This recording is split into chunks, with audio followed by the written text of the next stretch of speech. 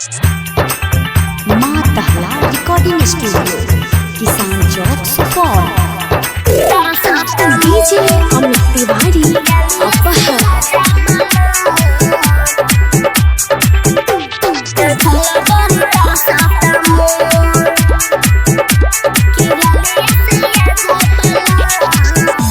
किरलिया से या जाय बलम देखला बड़ी तरसता मन। होरेलिया से या जाय बलम देखला बड़ी तरसता मन।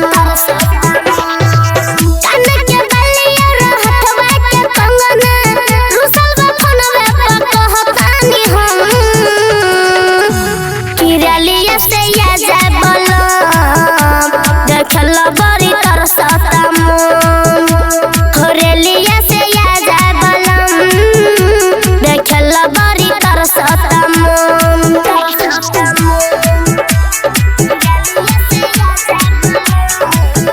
माँ दहला recording studio, DJ Amit Tiwari अपहर।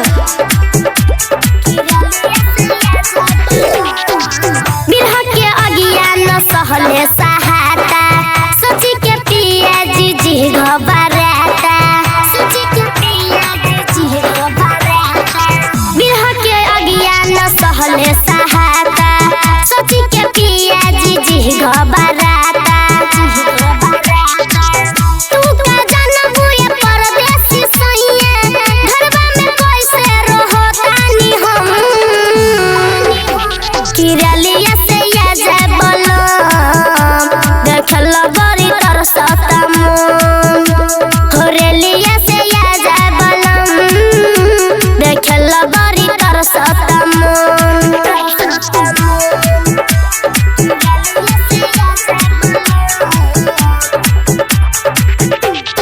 डीजे अमित तिवारी अपहर।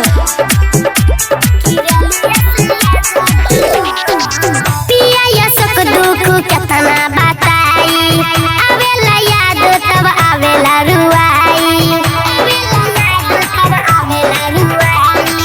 पिया या सुख दुख केतना बताई आवेला याद तब आवेला रुआई। शिवाला बिंदुवर नीरज मोनिस का कोही कतना सहेली सीतम। किरलिया से या जाय बलम देखला बड़ी तरसता मन। होरेलिया से या जाय बलम देखला बड़ी तरसता मन। माँ दहला रिकॉर्डिंग स्टूडियो, किसान चौक, सुपौल।